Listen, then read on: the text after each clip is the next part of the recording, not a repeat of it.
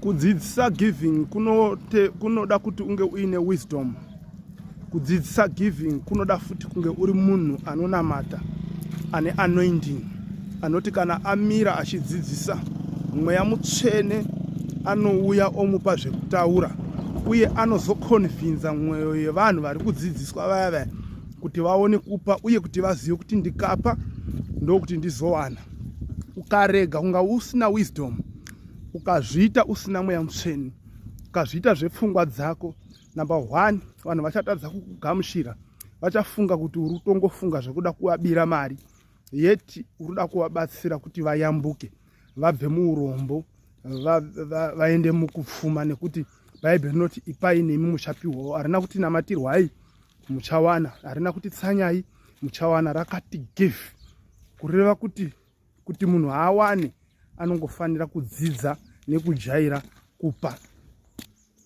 So taita dambudziko revanhu vakawanda kwazvo vari kushaisha doctrine iyoyo yekupa iyoyo, nekuti vari kungomuka vachiti ipai ipai ipai.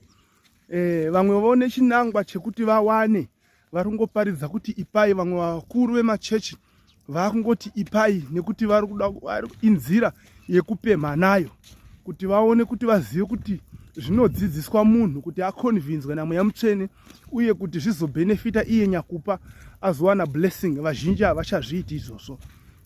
Saka vari kuparidzwa vakazvipika, vakangoziva kuti ndo zviri kuita munhu ari kutiparidzira, kubva ipapo havachapi. Ndosaka muchizoona kuti chechi dzimwe dzakawanda dzinoramba dzine urombo hwakawanda, asi dzine vanhu vakawanda, ende vanhu ivo vanoramba vari varombo futi. Vane urombo huzhinji hwavanenge vanahwo vanhu ivavo. Why? Nekuti havapi.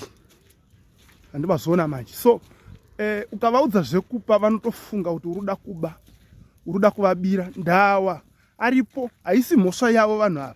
Ngatiregei kublema vanhu asisapi ava, asi ngatiblemei akavadzidzisa kupa wacho, kuti akambovadzidzisa achiti chii, uye akavadzidzisa ane mweya wei.